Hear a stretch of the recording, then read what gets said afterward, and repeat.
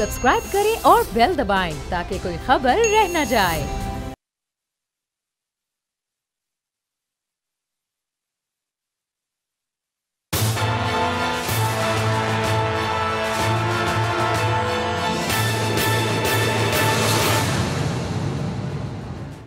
अस्सलामुअलैकुम। प्रोग्राम तज्जिया, मैं अलीना इलियास। राना ताहिर मेरे साथ आज मौजूद हैं, लेकिन समी साहब आज के इस प्रोग्राम में हमारे साथ मौजूद नहीं है क्योंकि वो ट्रैवल कर रहे हैं।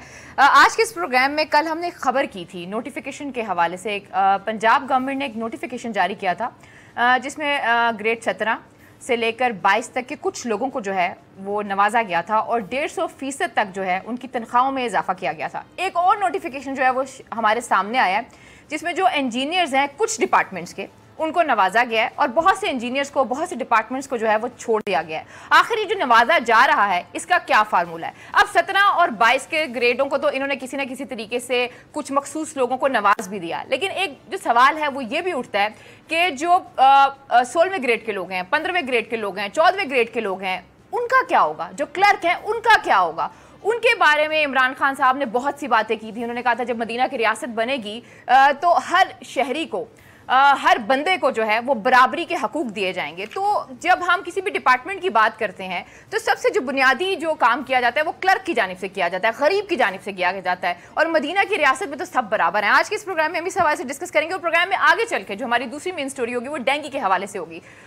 जितनी मेरे पास इंफॉर्मेशन है वो ये है कि जब पंजाब में नून लीग की गवर्नमेंट थी तब जो डेंगू के मरीज थे एक साल में वो तकरीबन 50 के करीब आए थे। उनमें से भी जो क्रिटिकल अगर मरीजों की बात करें वो 8 के करीब थे। लेकिन इस वक्त अगर हम बात करते हैं तो पूरे पाकिस्तान में 12,000 के करीब जो डेंगू के मरीज हैं वो हमारे सामने है। रावलपिंडी, इस्लामाबाद, लाहौर में बहुत बुरी सिचुएशन है। और जो मेरे पास इंफॉर्मेशन है वो ये है कि जनवरी से लेकर अगस्त तक जो है वो आपने 3 सेशन करने होते हैं स्प्रे के।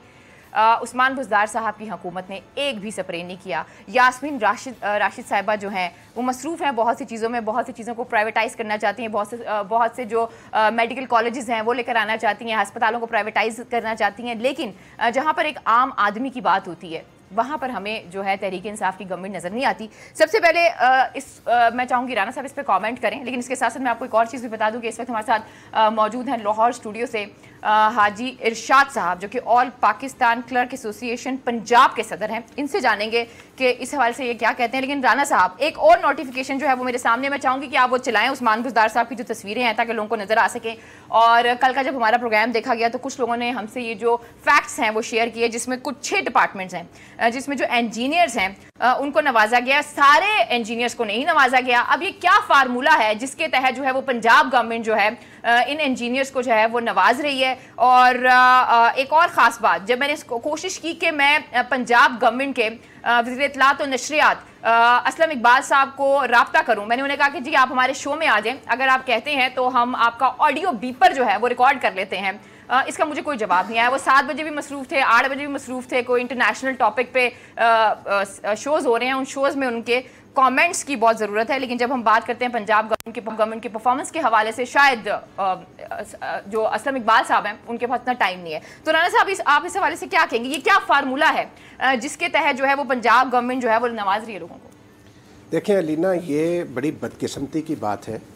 कल भी हमने इस बात का जिक्र किया था कि जो ग्रेड 17 से 22 तक के चंद सिलेक्टेड अफसरों को इतना ज़्यादा इजाफा उनकी बुनियादी तनख्वाह में एग्जेक्टिव अलाउंस के नाम पर दिया गया। उससे ये देखें, एक तरफ तो वज़ीर आज़म इमरान खान कह रहे हैं कि कफ़ायत शारी और सरकारी अखराजात में बचत जी, और दूसरी तरफ पंजाब हुकूमत जो है वो वज़ीर आज़म के इन अहकामात को नज़रअंदाज करते हुए इन आला सरकारी अफसरों की मराहत में इस तरह इजाफा कर रही। और इसी तरीके से ये जो कुछ महकमों के इंजीनियर साहबान हैं उन्हें टेक्निकल अलाउंस के नाम पर जो 1.5 गुना इजाफा दिया जा रहा है। ये सारी चीज़ें देखें, मैं कहता हूँ कि ये पाकिस्तान के आइन की रूह के मुनाफी हैं। आप देखें कि क्या आपने इस मुल्क में असातिज़ा की को कोई स्पेशल अलाउंस, कोई टीचर अलाउंस आप दे रहे हैं? नहीं। क्या आप इसी तरीके से जो दूसरे सरकारी अफसर काम कर रहे हैं जिनकी आपने वो 34 सफ़ात पर मुश्तमिल लिस्ट बनाई है, उसके अलावा जो सरकारी अफसर हैं उनका क्या कसूर है? उसके अलावा जो क्लर्क साहबान हैं वो दूसरे निचले ग्रेड के मुलाजमीन हैं, वो भी इस मुल्क की खिदमत कर रहे हैं। आप उस तरफ क्यों तवज्जो देखें? अगर इमरान खान के पास वसाइल होते तो वो कौमी बजट जब पेश किया गया तो उस वक़्त तमाम सरकारी मुलाजमीन की तनख्वाहों में एक ही शरह से इजाफा करते। लेकिन ये जो पंजाब हुकूमत ने इकदाम किया है अलीना जी, ये इमरान खान के विजन के मुनाफी है। वो जो बात करते हैं, ये इससे पहले भी आप देखें कि अरकान असम्बली की तनख्वाहों वाला मामला जो था उसमें भी वजीर आजम को मुदाखलत करना पड़ी। तो वजीर आला उस्मान बुज़दार साहब को चाहिए कि वो इन चीजों को देखें कि पंजाब काबीना से किन बातों की मंजूरी ली जा रही है। काबीना का इशू नहीं लगता, ये मुझे एक तसलसल नजर आता है। आपको याद होगा वो शेख रशीद साहब ने भी बात की थी, अली जैदी साहब ने भी बात की थी कि भाई लोग काम नहीं करते हैं, ये इशू है, वो इशू है। फिर इमरान खान साहब खुद भी आए, उन्होंने खिताब भी किया, उन्होंने कहा जी हम चाहते हैं कि ब्यूरोक्रेसी में से करप्शन जो है वो खत्म हो। मुझे उसका तसलसल लगता है। खैर अगर समी साहब होते तो वो इस पर कुछ और अपना उनका होती राय। लेकिन हाजी साहब, आपको मेरी आवाज आ रही है? मुझे ये बताइएगा, ये अभी आपको मैंने सारी चीजें बताई हैं, 2 नोटिफिकेशन जो है वो जारी किए गए हैं, 150 गुना तनख्वाहों में इजाफा किया गया है, मखसूस लोगों की, हर बंदे की नहीं किया गया। इसके पीछे क्या फार्मूला है? क्या आपको नजर आ रहा है इसके पीछे? क्या रीजन हो सकती है? बाकी सारे ना अहल हैं, निकम्मे हैं। बिस्मिल्लाहिर्रहमानिर्रहीम। मैं इस पे ये कहूँगा कि तब्दीली सरकार के दौरे हुकूमत में सिर्फ ब्यूरोक्रेसी जो है वो हुकूमती अहदेदारान को नज़र आ रही है, और उसमें सिर्फ एक डिपार्टमेंट SNGAD पंजाब, इसमें इन्होंने एक नहीं, मेरे पास नोटिफिकेशन मौजूद है, 3-4 नोटिफिकेशन किए हुए हैं जो अदर दैन सेक्रेटेरिएट और सेक्रेटेरिएट की ब्यूरोक्रेसी से हटकर सिर्फ SNGAD के नाम पर अपना ब्यूरोक्रेसी को नवाज दिया गया है। एक तरफ प्राइम मिनिस्टर साहब नेशनल बजट में फिनंशियली क्राइसिस की बुनियाद पर महंगाई का एतराफ़ करते हुए कि महंगाई बहुत हो चुकी है, हो रही है, लेकिन मुल्की हालात के पेश नज़र हम मुलाजमीन को सब्र की तलकीन करते हैं। गुजारा करें, 5 से 10% जो इनक्रीज़ थी, तो इनकम टैक्स की शरह में जो छूट थी साबका हुकूमत ने दी हुई थी, 12 लाख तक सरकारी मुलाजमीन के लिए छूट थी, वो छूट ख़त्म करते हुए 6 लाख पर ले आए। उससे हमारे मुलाजमीन जो जूनियर क्लर्क 20-25 साल की सर्विस है उसकी भी सैलरी कम हो गई। Junior clerk, senior clerk, assistant, superintendent, ये सब लोग जो हैं इनकी सैलरी पिछले बजट की बुनियाद पर कम हो गई है उल्टा। तो आज ये पंजाब गवर्नमेंट ने यूटिलिटी अलाउंस का नोटिफिकेशन ये किया है, ये 7 मई 2019 को किया है। इसमें ग्रेड 17 के अफसरान को 15,000 महाना दिया है, ग्रेड 18 के मुलाजमीन को 20,000 पर मंथ दिया है, और ग्रेड 19 के अफसरान को 25,000 पर मंथ दिया है, और मेंबर्स जो है इंक्वायरीज उनको 30,000 पर मंथ दिया। ये एग्जेक्टिव अलाउंस से हटकर ये नोटिफिकेशन है जो 7 मई 2019 को बुज़दार साहब की हुकूमत ने किया। तो मेरा ये सवाल है वज़ीर आज़म पाकिस्तान इमरान खान साहब से, आज के आपके इस प्रोग्राम की वसातत से मैं दुआ गो हूँ बोल TV चैनल के ज़िम्मेदारान के हवाला से कि उन्होंने हमारी दुखती राह को पकड़ा। आज मुलाजिम जो हैं वो खुदकशियाँ करने पे मजबूर हैं। हुकूमत पंजाब को, हुकूमत पाकिस्तान को सिर्फ और सिर्फ ब्यूरोक्रेट नज़र आ रहे हैं। वो जो बाख्तियार हैं वो नज़र आ रहे हैं, जो बेबस हैं, बेख्तियार हैं, वो रुल गए। वो खुदकशियाँ नहीं करेंगे तो क्या करेंगे? एग्जेक्टिव अलाउंस जो है वो SNGAD की ब्यूरोक्रेसी के लिए, यूटिलिटी अलाउंस जो है वो सिर्फ SNGAD के ब्यूरोक्रेसी के लिए, हाउस रिक्विजिशन जो है वो सिर्फ SNGAD के ब्यूरोक्रेसी के लिए, और 50% सेक्रेटेरिएट अलाउंस जो आप उसको भी 100% करने जा रहे हैं, ये भी सिर्फ सेक्रेटेरिएट के मुलाजमीन के लिए। हम कहाँ जाएं, किसको सवाल करें? बुज़दार साहब को दर्जनों लेटर मैं लिख चुका हूँ, राजा बशार साहब से हमारी मीटिंग हो चुकी, चौधरी अकरम साहब जो adviser to chief minister Punjab थे, उन्होंने हमारा एक धरना जो है वो 17 दिसंबर को ख़त्म करवाया कि मैं चीफ मिनिस्टर साहब से बात करूंगा, ये डिस्क्रिमिनेशन खत्म होगी। तो डिस्क्रिमिनेशन तो खत्म होने का नाम नहीं ले रही। अब ये नजर आ रहा है राजा बशारत साहब को आपने खत लिखे, ये तो बिल्कुल पंजाब को आपने खत लिखे, प्रोटेस्ट आप लोगों ने किया, बकौल आपके बहुत से लोग जो हैं वो खुदकुशियां कर चुके हैं। इतनी बेहिसी क्यों है? क्या उनकी तरफ से आपके साथ कोई मुज़ाकरात किए गए, आपके साथ कोई वादे किए गए, और जो आपकी डिमांड्स थी वो डिमांड्स क्या थी? और पिछले अगर 1 साल की बात की जाए हाजी साहब, तो मुझे ये बताएं ये 1 साल जो है एक आम आदमी पे, जो क्लर्क लेवल के लोग हैं उन पे ये किस तरह का गुजरा है? मदीना की रियासत में क्या आप रात को सुकून से आराम से सो सके? बिल्कुल, सरकारी मुलाजिम जो हैं वो दिन रात जो हैं वो बददुआएं दे रहे हैं मौजूदा हुकूमत को, बिल्कुल मुतमिन नहीं है, गुजारा नहीं है, सब्जी नहीं खरीद पा रहे। 10 दिन बाद पहले गुजारा अगर होता था तो महीने की सैलरी जो है 10 दिन गुजारा करती थी, तो आज 10 दिन से पहले ही सैलरी ख़त्म हो जाती है।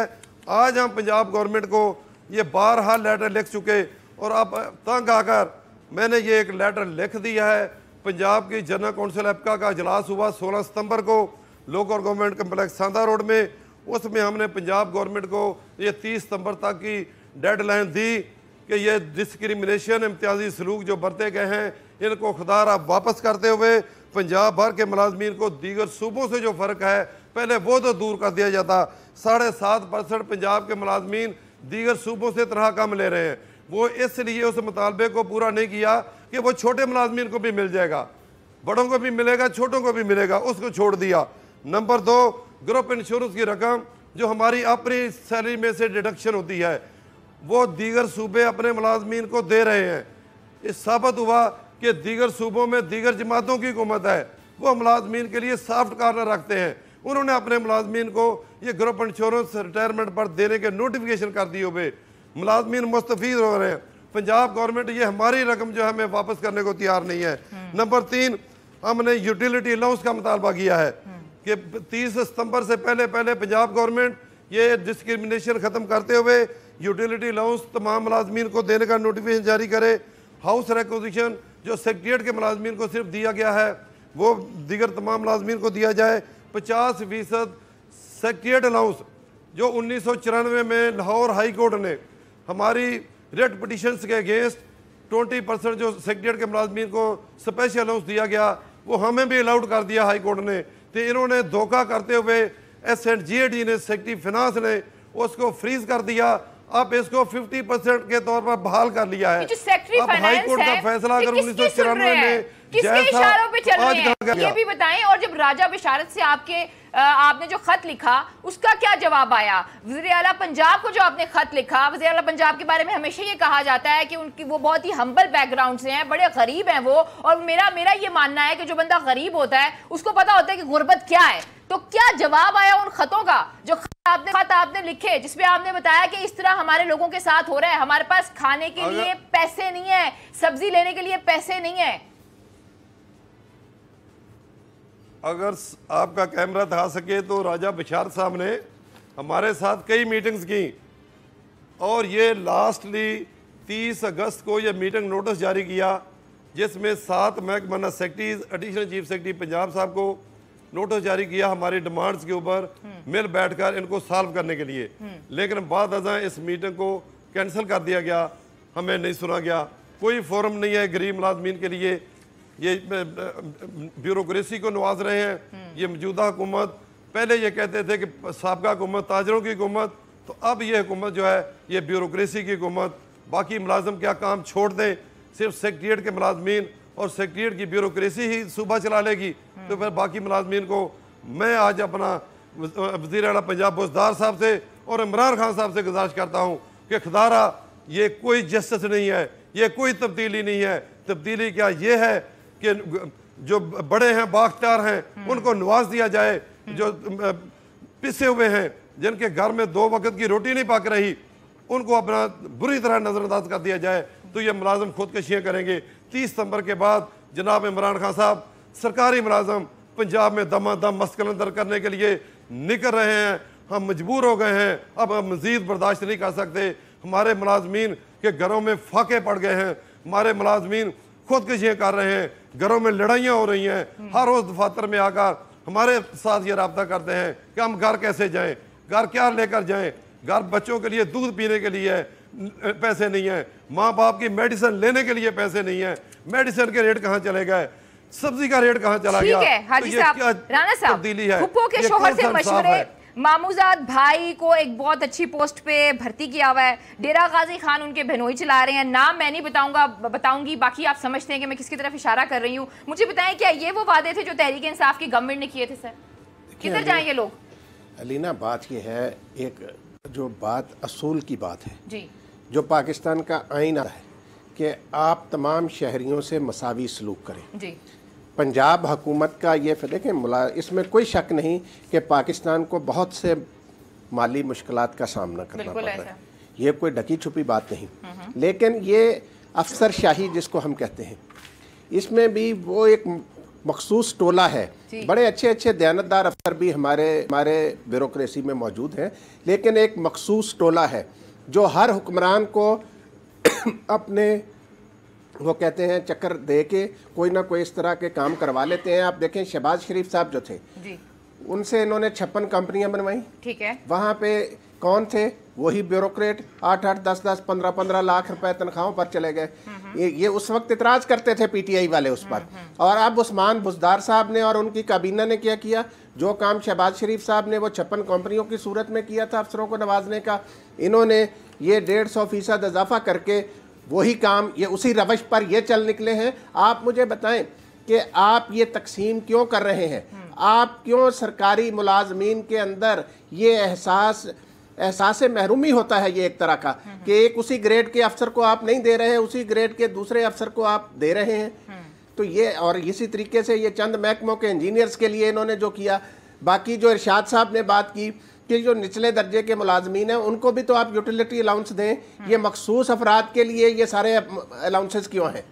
तो जब तक आप अगर देखें, मुझे पूरा यकीन है, ये मखसूस जब लोगों को आप अलाउंस देते हैं राणा साहब, इसका मतलब आप उन्हें नवाजते हैं, आपके कोई इंटरेस्ट है, इसके अलावा कैसे दे सकते हैं? वही मैं कह रहा हूं। इसका मतलब ये है कि चले शहबाज शरीफ साहब की हुकूमत जो थी वो करप्ट थी, तो फिर हम ये भी कहेंगे कि उस्मान बुज़दार साहब की हुकूमत के साथ भी कुछ ऐसा ही है, क्योंकि अगर वो शहबाज शरीफ साहब के को फॉलो कर रहे हैं और कुछ मखसूस लोगों को नवाज रहे हैं तो उसका यही मतलब है ना सर, इसके अलावा तो कोई मतलब ही नहीं निकलता। लोगों को जो तवक्को थी अलीना, वो ये थी कि इमरान खान के वजीर आजम बनने के बाद पाकिस्तान में एक तब्दीली आएगी, पाकिस्तान के निज़ाम में तब्दीली आएगी, और ये जो तरजीही सलूक और इम्तियाजी सलूक और इस्तिस्ना और ये इस तरह की बातें थी, ये ख़त्म हो जाएंगी।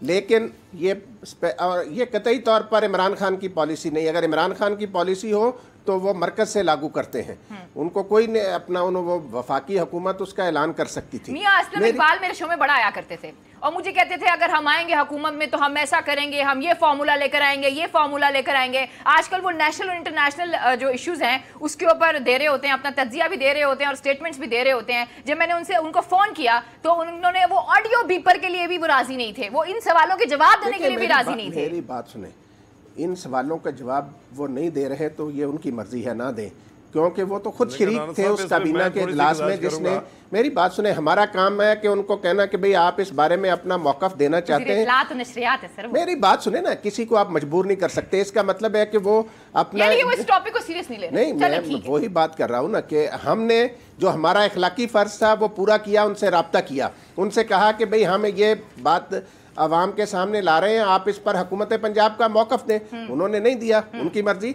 हम तो हकायक बयान करते रहेंगे, हम तो उन्हें एहसास दिलाते रहेंगे कि भाई ये जो कुछ हो रहा है, ये इमरान खान ने जिस नारे को बुनियाद बनाकर अवाम से वोट लिए हैं, ये उसके खिलाफ है और आप इमरान खान की कोई मदद नहीं कर रहे ये काम करके। ठीक है जी, हाजी साहब कुछ कहना चाह रहे थे?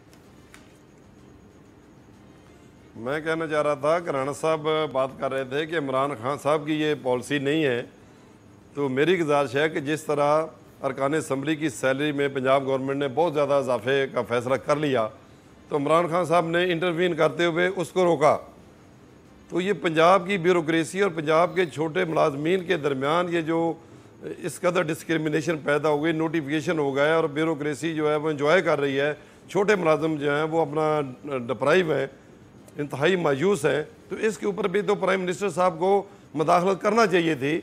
आज भी हम अपना इस प्रोग्राम की वसात से अपील करता हूँ मैं प्राइम मिनिस्टर साहब से कि खुदारा पंजाब को अगर माज इसलिए ब्यूरोक्रेसी को नवाज दिया गया है कि बुज़दार साहब के कहने पे कि ब्यूरोक्रेसी उसका साथ नहीं दे रही, तो दीगर मुलाजम जो हैं क्या आज दीगर मुलाजिम जो है वो साथ देना छोड़ दें? फिर उनका हक है कि वो पंजाब गवर्नमेंट को असिस्ट ना करें, वो अपने फ़राइज़ मनसबी सर अंजाम ना दें। या जैसे शुरू में बात की गई कि उनकी करप्शन को रोकने के लिए, ब्यूरोक्रेसी की करप्शन को रोकने के लिए उनको मराहत देने की बात CM साहब ने प्राइम मिनिस्टर साहब से अप्रूवल ली या विलिंगनेस ली, कंसेंट ली, तो क्या दीगर जो मुलाजिम हैं उनको ये सर्टिफिकेट दे दिया गया है कि वो करप्शन करके गुजारा कर लें? तो ये एक फैसला करें।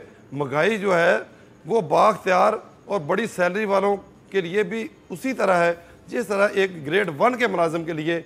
आप ये देखें कि 1300 से 1500 रुपए महाना किराया, मकान का किराया 1500 रुपए महाना एक मुलाजिम को पूरी फैमिली के लिए दिया जा रहा है। तो क्या ये जस्टिस है? सेक्रेटरीट की चारदीवारी के अंदर उसी मुलाजिम को, उसी ग्रेड के मुलाजिम को 5 से 6 हज़ार दिया जा रहा है। पहले तो मेरा सवाल आपसे ये होगा कि आपको कितनी उम्मीद है कि जो आपने अपने दिए हैं, डिमांड्स दी हैं, वो पूरी होंगी? और अगर वो डिमांड्स पूरी नहीं होती हैं तो फिर आप लोग क्या करेंगे? सड़कों पे आएंगे, प्रोटेस्ट करेंगे, क्या करेंगे? देखें जी, मायूसी तो गुनाह है, लेकिन अब तक के तजर्बे के बुनियाद पर मैं ये ज़रूर कहता हूँ कि पिछली हुकूमतों में कोई ना कोई जिम्मेदार चीफ मिनिस्टर की तरफ से, प्राइम मिनिस्टर की तरफ से हुआ करता था, जो बोल्डली कहता था कि चीफ मिनिस्टर साहब ने या प्राइम मिनिस्टर साहब ने मुझे गोएड दिया है कि आपके साथ मिल बैठकर मामला को सॉल्व किया जाए। मौजूदा हुकूमत में ये 1 साल में Chaudhry Akram adviser to chief minister Punjab से हमारी मीटिंग्स हुई, मिनिस्टर लॉ पंजाब राजा बशार साहब से मीटिंग्स हुई, एडिशनल चीफ सेक्रेटरी पंजाब साहब से भी मीटिंग्स हुई, लेकिन किसी भी मीटिंग का खातर ख्वाह रिजल्ट नहीं निकला। जो वादा किया गया वो वादा पूरा नहीं किया गया। या करना नहीं चाहते? उम्मीद तो हम रखेंगे, लेकिन 30 सितंबर तक का हमने ये जो एक मुत्तफिका तौर पर 36 अजला के एपका के अहदेदारान ने फैसला किया है, तो 30 सितंबर तक हमें हमारे ये ग्रीवियंसेस दूर न किए गए तो उसके बाद हम मजबूर होकर सड़कों पर आएंगे। ये 2 माह से हमने अपने मुतालबात के ऊपर जारी तहरीक को नेशनल काज के तहत उम्मीद करते हैं आपके जो मुतालबात है वो पूरे हो हाजी साहब। हम तो यही उम्मीद करते हैं और हमारा जो प्लेटफॉर्म है वो आपके लिए हमेशा मौजूद है। आपको जब भी कोई इशू होगा हम आपका ये जो इशू है उसे जरूर हाईलाइट करेंगे, क्योंकि हमारी नजर में यही है कि हर बंदे का जो उसके हक होने चाहिए वो बराबरी के हक होने चाहिए। अगर आप 17 या 22वें ग्रेड को नवाज सकते हैं मखसूस लोगों को, तो कम से कम इन लोगों का तो ख्याल रखें जिनका सबसे जरूरी है आपको ख्याल रखना, जिनके पास दवाई लेने के पैसे नहीं है। अब राना साहब चाहूंगी कि एक बात थोड़ी सी और मैं बताना चाहता हूँ कि ये 7 मई को जो नोटिफिकेशन हुआ ऑफिसर्स को यूटिलिटी अलाउंस जो रह गए हुए थे, 2017 में एक नोटिफिकेशन किया यूटिलिटी अलाउंस का, सेकंड नोटिफिकेशन में सर्च ऑपरेशन के तहत ढूंढते हुए कि कौन कौन सा रह गया सेक्रेटरीट के अंदर, उनके लिए जो नोटिफिकेशन कर रहे हैं 7 मई 2019 को, लेकिन इसकी इम्प्लीमेंटेशन की डेट जो है वो लेकर रहे हैं कि 1 जनवरी 2019। ठीक है, बहुत बहुत शुक्रिया हाजी साहब आपका, बहुत बहुत शुक्रिया। तो ब्यूरोक्रेसी के लिए तो बहुत कुछ है, छोटे मुलाजमीन के लिए नहीं है। 17A के तहत हमारे मुलाजमीन की जो भर्ती है चाहे वो नैब की तरफ से हो राना साहब या किसी की तरफ से भी हो, हम इस पर स्टोरीज भी कर चुके हैं कि ब्यूरोक्रेसी जो है वो काम नहीं। और शहबाज गिल साहब जब गए तो उन्होंने भी कहा कि तकर्रुरी और तबादले रोज आए दिन होते हैं, इसकी वजह से मुझे समझ नहीं आ रहा कि पंजाब की गवर्नमेंट जो है वो कैसे शहबाज गिल का क्या ताल्लुक था तकर्रुर तर्जुमान थे, तर्जुमान साहब क्यों मुदाखलत कर रहे थे? वो क्यों मुदाखलत करते थे? आप उनको हक दिया था मुदाखलत करने का, उन्होंने गलत हक दिया था, कोई हक नहीं दिया था, वो गलत इंटरप्रिटेशन कर रहे थे, वो अपनी औकात से बाहर हो रहे थे। तरदीद नहीं की थी किसी ने? नहीं, वो अपनी औकात से बाहर हो रहे थे, लेकिन उस वक्त किसी ने तरदीद नहीं की थी और अब भी यही कहा जा रहा है कि उनको एक बहुत बड़ा ओहदा मिलेगा। मिलता रहे उनको ओहदा, ये उनकी मर्जी है, हुक्मरानों की, वो जो मर्जी ओहदा दे। अच्छा, जो दूसरी सूरत हाल है राना साहब डेंगू की, इस पे हमारे साथ डॉक्टर सलमान है, YDA से जनरल सेक्रेटरी हैं, लेकिन सबसे पहले मैं चाहूंगी कि आप इस हवाले से बताएं, क्योंकि मुझे पीछे से आवाज़ भी आ गई कि ब्रेक का टाइम हो गया, तो मैं राना साहब से इस पे कमेंट लूंगी, लेकिन प्रोग्राम में वक्त एक छोटी सी ब्रेक का, जब ब्रेक से वापस आएंगे तो आपको बताएंगे कि पंजाब बल्कि पूरे पाकिस्तान की इस वक्त क्या सूरत हाल है। Stay with us.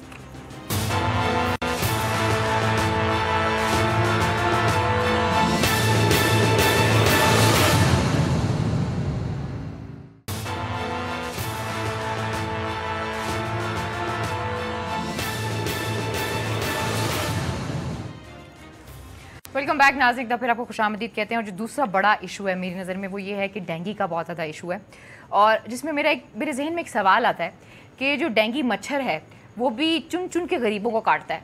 आज तक मुझे ये नहीं पता चला कि किसी वज़ीर आला को उसने काट लिया है, किसी मिनिस्टर को उसने काट लिया है। खैर, ये एक बहुत अफसोस की बात है। इस वक्त हमारे साथ डॉक्टर सलमान मौजूद हैं जो कि वाईडे के जनरल सेक्रेटरी हैं। उनसे जानने की कोशिश करते हैं कि आखिर क्या वजूहात हैं जिसकी वजह से जो है वो डेंगू इतना फैल गया है, और ये जो अमवात हुई हैं आखिर इनका जिम्मेदार कौन है। डॉक्टर साहब।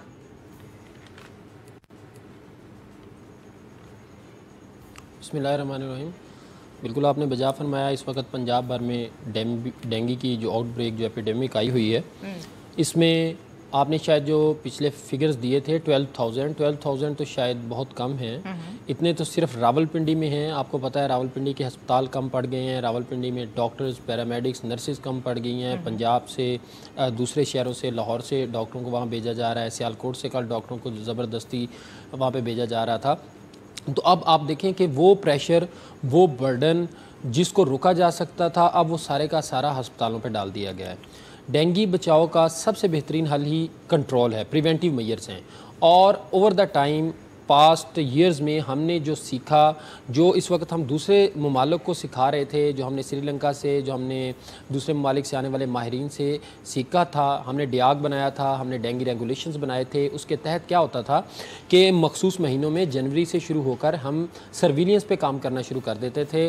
कुछ इलाके हमने सर्कल किए हुए थे जहाँ पे डेंगू के लिए वो नोटोरियस थे कि वहाँ पे लार्वे की परवरिश होती थी, तो वहाँ पे पहले ही स्प्रे कर दिए जाते थे। इसके अलावा पानी की सैम्पलिंग होती थी, डेंगू टीम्स बनी हुई थी। और सबसे बढ़कर वज़ीर आला पंजाब के साथ साथ जो मिनिस्टर थे साबका, ये बेसिकली लॉ था, मिनिस्टर कोई भी होते वो वीकली, इनिशली मंथली और then in the epidemic months वो वीकली मीटिंग चेयर करते थे और तमाम तर जिम्मेदारियों को वो खुद देखते थे। लेकिन बदकिस्मती से जो एक सिफारिशात आई हुई थी, बल्कि मैं एक और बताता चलूँ, इंस्टीट्यूट ऑफ पब्लिक हेल्थ ने डेंगू को कंट्रोल करने की बड़ी शब रोज़ मेहनत के साथ SOPs बनाए थे, जिसको इम्प्लीमेंट किया गया माजी में। और अल्हम्दुलिल्लाह ये सारे, और मरहूम फैसल मसूद अल्लाह ताला उन्हें जन्नत में जगह दे, उन्होंने सलमान साहब, ये सारे SOPs थे, सारी टीम्स थी, तो अब क्या हो गया? अब ये कहाँ चले गए हैं सारे SOPs और टीम्स कहाँ पे चली गई हैं? आपकी गवर्नमेंट बदलती है लेकिन आपका मैकेनिज्म बदलने की मुझे समझ नहीं आती कुछ। अच्छा, बिल्कुल आपने बजा फरमाया। देखें, दिसंबर में आखिरी मीटिंग हुई है उसकी। डेंगू रेगुलेशन का मौजूदा गवर्नमेंट को पता ही नहीं था। IPH जो एक्टिविटीज़ करते थे वो बंद पड़ी हुई थी। डिस्ट्रिक्ट एडमंस के लेवल पे जो बजट आने होते थे, जो पैसे आने होते थे, वो रिलीज़ नहीं किए गए। डेंगू के जो मुलाजमीन थे उनको ड्यूल ड्यूटीज़ पे लगा दिया गया, उनसे दूसरे काम भी लिए गए, और जो सर्विलियंस के लिए काम लोग यूज़ होते थे वो भी नहीं गए। सबसे बढ़कर जो मंथली और वीकली मीटिंग्स होनी थी मिनिस्टोरियल लेवल पे वो नहीं हुई, जो स्प्रे होने थे वो नहीं हुए, जो लार्वा की सैम्पलिंग होनी थी वो नहीं हुई, और जो मखसूस इंडेमिक एरियाज़ हैं जहाँ पे नोटोरियस है कि डेंगू की अफजाइश होने के चांसेस बहुत ज़्यादा होते हैं, वो नहीं हुई। अवामी आगाही मुहिम शुरू हो जाती है मखसूस दिनों में, वो नहीं की गई। आपको याद होगा पिछली तो अवामी आगाही मुहिम इस लेवल की थी माशाल्लाह, उसमें doctors, paramedics, nurses, civil society, वुकला, मीडिया, इवन एजुकेशन लेवल पे कॉलेज स्कूल्स में जिस लेवल की आपने देखा अवामी आगाही मुहिम अवेयरनेस थी वो ख़त्म कर दी गई। इस वक्त लोगों को ये वो जो ख़तरात होते हैं उससे आगाह नहीं किया गया, बचाव के तरीक़ों को नहीं किया गया। तो अब क्या हुआ है कि इसके मराहल हैं। डेंगू का जो मच्छर है वो लार्वल स्टेज, ठीक है, मुझे समझ आ गई आपकी बात, लेकिन आप कह रहे हैं डिस्ट्रिक्ट लेवल पर भी जो फंड्स जारी करने थे वो नहीं किए गए। इसमें फिर लोकल गवर्नमेंट, बाकी सारी चीजें आ जाती हैं। इसमें तो हमें एक पॉलिटिक्स भी नजर आती है, क्योंकि अगर हम लोकल गवर्नमेंट की बात करें तो मेजॉरिटी जो है वो नून लीग की है। खैर, इसमें मैं कॉमेंट नहीं करना चाहूंगी। मुझे अब ये बताइए, ये जो सारी इस वक्त सिचुएशन है, आपको इसमें ना अहली नजर आ रही है या कुछ और रीजन नजर आ रहे हैं, या इन्होंने इस पे गौर ही नहीं किया कि जो डेंगू है वो इस हद तक बढ़ सकता है? फिर दूसरी तरफ हम ये देखते हैं कि प्राइवेटाइज करने जा रहे हैं, उसके ऊपर वाईडीए का भी बड़ा शोर है। वो क्या है सारी स्टोरी? अच्छा, वो मैं आपको बड़ा वाज़ेह कर दूं। देखिए, ये जो हैं, एक सबसे पहले मैं आपको बता दूं कि एक तो लैक ऑफ एक्सपीरियंस था। अच्छा। माजी में जो गवर्नमेंट थी, माजी में जो अदारे थे, माजी में जो डॉक्टर्स हेड कर रहे थे इंस्टीट्यूट्स को, उन्होंने over the period of time और by passing through specific circumstances वो सीख गए थे। और वो माशाल्लाह आपने देखा काफ़ी देर तक वही लोग कंट्रोल करते रहे। तो 5-6 साल बहुत अच्छा कंट्रोल रहा है, बड़ा टाइट कंट्रोल रहा है। आपने हुकूमती बयानियाँ सुना होगा कि नहीं जी नहीं, ये तो 2 साल बाद एपिडेमिक आनी होती है, ऐसी ऐसी कोई बात नहीं, एक एपिडेमिक आई है और उसके बाद ये दूसरी एपिडेमिक है। इंतहाई गलत बयानिया है इनकी, बिल्कुल लैक ऑफ नॉलेज है और इनको पता ही नहीं था कि चीजें डेंगू की किस लेवल पे चल रही थी। डॉक्टर साहबा बहुत एक्सपीरियंस है वो। नहीं देखें, वो एक्सपीरियंस गायनेकोलॉजी में होना एक और चीज़ है और एक बड़े लेवल पे विजनरी होना, पूरे के पूरे अदारे को साथ लेके चलना, अदारा नहीं एक पूरा डिपार्टमेंट है और एक किसी एक शहर का नहीं पूरे सूबे के लिए उसके बहुत बड़ा दिमाग। हमारी बहुत बड़ी ख्वाहिश रही है कि हेल्थ प्रोफेशनल को इस सीट पे बहना चाहिए और मैं आज भी अपने उस डिमांड पे उस अपने पे कायम हूँ, लेकिन मैडम का जो है विजन वो शायद गायनी पर ज़्यादा है और इनकी कैपेबिलिटी उस लेवल की नहीं थी, जिससे सबसे बड़ी चीज़ें हुई हैं। आप माने या ना माने, सबसे बड़ा काम इनसे नेग्लिजेंस हुई है और बड़ी क्रिमिनल नेग्लिजेंस हुई है। वो सारी चीज़ें जो एक हमने बनाया हुआ था चेक लिस्ट, उसमें से आप देखें कोई भी चीज़ पूरी नहीं हुई अब तक, सवाए इसके कि डॉक्टर, पैरामेडिक्स, नर्सिस आज भी अस्पताल में हर लम्हे मौजूद हैं, वो काम कर रहे हैं और इनका एक गलत बयानिया आजकल सवाल मेरा है आपसे, क्योंकि टाइम बहुत कम है, मुझे दूसरी स्टोरीज की तरफ भी जाना है। मुझे ये बताइएगा कि ये जो प्राइवेटाइजेशन का सारा इशू चल रहा है MIT की, वो क्या है? वो तो कह रही है कि अगर ऐसा हो जाएगा तो सेक्रेटरीट से सारी चीजें निकल जाएंगी और डायरेक्ट जो है वो डॉक्टर के अंडर आ जाएंगी चीजें और वो आप लोगों के लिए बड़ी आसानी होगी, अच्छी अपॉर्चुनिटीज होंगी, आपकी सैलरीज भी बढ़ जाएंगी। उस पर क्या इशू चल रहा है आप लोगों का? नहीं, बड़ा गलत बयानिया इनका। मैं यही बताने लगा था कि इस वक्त आजकल बताया यही जाता है कि डॉक्टर में काम नहीं कर रहे, अस्पतालों में नर्सिस काम नहीं कर रही, तो हम उनकी अकाउंटेबिलिटी करने जा रहे हैं, हम उनको जो काम नहीं करेगा नौकरियों से निकाल देंगे, उनकी नौकरियों की सिक्योरिटी ख़त्म करने जा रहे हैं। और ये गलत बात कर रहे हैं कि हम अस्पतालों को डॉक्टरों के सुपुर्द कर रहे हैं। वो तो अस्पतालों को सियासी बोर्ड्स और अपने मनपसंद लोगों के हवाले कर रहे हैं, डॉक्टरों के हवाले। यही तो हमारी डिमांड है कि आज भी डॉक्टरों के हवाले कर दें। आज भी मेडिकल हेल्थ प्रोफेशनल्स जो एक्सपर्ट लोग हैं, जो नर्सिस हैं, जो पैरामेडिक्स हैं, जो डॉक्टर्स हैं, उनके हवाले कर दें तो चले जाएं आप सारे। आपने ब्यूरोक्रेसी से निकाल के आप अपने मनपसंद सियासी बोर्ड्स के हवाले करने जा रहे हैं। आप हुकूमत का जो एक चेक एंड बैलेंस का रूल है उसको खत्म करके आपके जो हारे हुए गुजरा उन हजरत का नाम बता सकते हैं आप? कौन हेड करेगा इन बोर्ड्स को? आपको जी बिल्कुल, देखिए बिल्कुल यही बात है। ये KPK में आप देख सकते हैं कि KPK में जो इतने इनके फिनांसर्स होते हैं उसकी कोई क्वालिटी, कोई क्वालिफिकेशन नहीं चाहिए, उसका कोई एक्सपीरियंस नहीं चाहिए कि वो कौन है। पेट्रोल पंप मालकान लेडी रीडिंग हॉस्पिटल पेशावर का बोर्ड मेंबर है, कंस्ट्रक्टर, फार्मेसी मालकान वहाँ पे वो हैं और 2-4 साल से वो इनके इलेक्शंस में इन्वेस्ट भी करते हैं, इनके हर जगह इनको सपोर्ट भी करते हैं, तो वो सारा पैसा अस्पतालों से कमाते हैं। तो ऐसे ही लोग पंजाब में पैसा आता रहे, बाकी सब चलता रहेगा। बहुत बहुत शुक्रिया डॉक्टर साहब, मेरे पास वक्त बहुत कम है वरना मैं मुझसे खासतौर पे MIT के हवाले से जरूर जानती। लेकिन राना साहब, आज की दो और भी बहुत बड़ी अहम स्टोरी हैं। एक तो आर्मी चीफ कमर जावेद बाजवा साहब ने एक दफा फिर से कहा है कि भारत को हम नहीं छोड़ेंगे और हम कश्मीर के साथ हैं। और दूसरी जो मुलाकात हुई है नवाज शरीफ साहब की और शहबाज शरीफ साहब की, जो अभी तक मेरे पास खबर आ रही है, एक और मुलाकात है, उसमें भी कोई ना कोई होगा कि गोडा पकड़ा होगा, शहबाज शरीफ साहब ने कहा होगा कि भाई मत जाओ, ख्याल करो थोड़ा। देखिए अलीना, आज army chief general Qamar Javed Bajwa साहब ने एक मरतबा फिर दो टोक अंदाज में पाकिस्तान का मौक़िफ़ बता दिया है कि पाकिस्तान पूरी तरह कश्मीरियों के साथ है और भारत मकबूजा कश्मीर के अवाम पर जुल्म ढा रहा है और पाकिस्तान इन चीज़ों को बर्दाश्त नहीं करेगा। हम मकबूजा कश्मीर के अवाम को तनहा नहीं छोड़ेंगे। तो ये चीज़ जो है जनरल कमर जावेद बाजवा बार बार वार्न कर चुके हैं कि भाई पाकिस्तान के अवाम और पाकिस्तान की मुसल्लह अफवाज वो किसी भी किस्म की जारहियत का मुकाबला करने के लिए पूरी तरह तैयार हैं और हिंदुस्तान जिस किस्म के अज़ाइम रखता है उसके हवाले से भी जनरल कमर जावेद बाजवा ने बार बार हिंदुस्तान पर वाज़े किया है कि इसके नताइज हिंदुस्तान के लिए ठीक नहीं होंगे। तो कश्मीर का जहाँ तक ताल्लुक़ है अलीना, जो बेहिसी है आलमी सतह पर, आप देखें कि आज तकरीबन 2 माह होने को है, वहाँ कर्फ्यू लगाया गया है।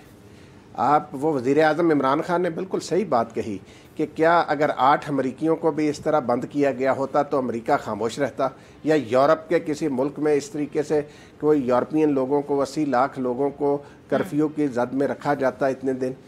मसला ये है कि ये क्यों इंसान नाम निहाद इंसानी हकूक़ के ये अलमबरदार जो हैं ये क्यों खामोश हैं? ये क्यों भारत पर जोर नहीं देते कि भाई तुम ये 21वीं सदी में मुसलमानों पर और इंसानों पर जो जुल्म मोदी कर रहा है उसको रोकें, उसका हाथ रोकें, उसको मजबूर करें कि भाई ये तुम जुल्म बंद करो। देखें जुल्म जो बढ़ता है वो कहते हैं तो मिट जाता है, ये बात मोदी को जहन में रखनी चाहिए कि वो जुल्म की जिन हदों को छू रहा है उसके बाद जुल्म मिटेगा, और ये मोदी के ना सिर्फ जुल्म मिटेगा, ये मोदी जैसे लोग जो हैं ये खुद भारत के अवाम के लिए मोदी अलीना सबसे बड़ा खतरा है। ये भारत को देखें जिस तरीके से भारत को ये बदनाम कर रहा है, नुकसान कर रहा है, भारतीयों को खुद इसका नोटिस लेना चाहिए कि ये उन्होंने कहां से दरिंदा पाल रखा है। सर खैर बड़ी माजरत के साथ उसमें यह है कि जो वोट इस दफ़ा डले हैं, जो यंगस्टर हैं उन्होंने मोदी को बड़े वोट डाले हैं। आप ये देखिए वहाँ के जो एजुकेटेड लोग हैं वो मोदी को पसंद कर रहे हैं और उसकी आइडियोलॉजी को पसंद कर रहे हैं और वो नेशनलिज्म की तरफ जा रहे हैं। खैर नेशनलिज्म नहीं, वो दहशतगर्दी की तरफ जा रहे हैं। बात तो ये है ना कि जब ट्रंप की मौजूदगी में वो इतनी बड़ी बात कह जाता है इनडायरेक्टली पाकिस्तान का नाम लिए बगैर, तो वहां पर मुझे लगता है कल समी साहब ने भी ये बात की थी कि जिनसे हमने उम्मीदें बांध रखी हैं, क्या हमने ठीक उम्मीदें बांध रखी हैं। खैर दूसरा जो है वो अब देखेंगे आने वाले वक्त में, अभी भी यही बताया जा रहा है कि इमरान खान साहब जो हैं वो 24/7 जो है वो मीटिंग्स कर रहे हैं और उनकी कोशिश ये है कि कश्मीर के जो इशू को है वो मैक्सिमम लेवल पर जो है उसे हाईलाइट किया जाए। उस नियत पे तो हम बिल्कुल शक नहीं करते। खैर जो दूसरी बात है सर वो ये है कि मुझे ये बताएं कि आज शहबाज शरीफ साहब और नवाज शरीफ साहब और उनके अहले खाना की जो मुलाकात हुई है, आप उसको किस तरीके से देख रहे हैं? और फिर वही जो दो सोचें पाई जाती हैं वो तो बहुत वाजे हो गई हैं अब चीज़ें, तो शहबाज शरीफ साहब ही लीड करेंगे। शहबाज शरीफ साहब जो हैं जी, वो मियां मोहम्मद नवाज शरीफ साहब से आज कोट लखपत जेल में मिले।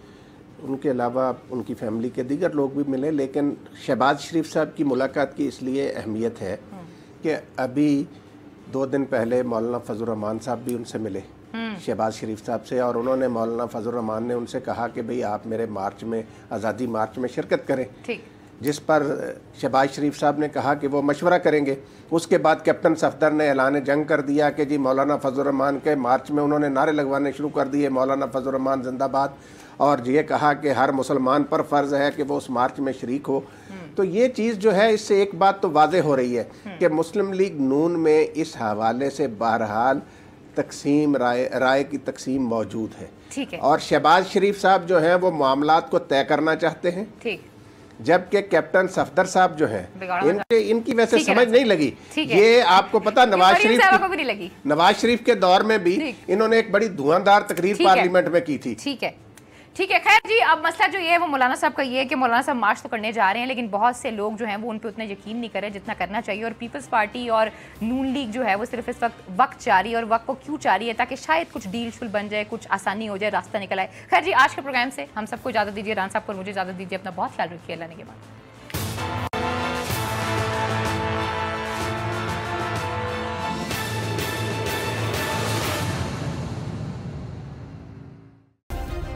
सब्सक्राइब करें और बेल दबाएं ताकि कोई खबर रह न जाए।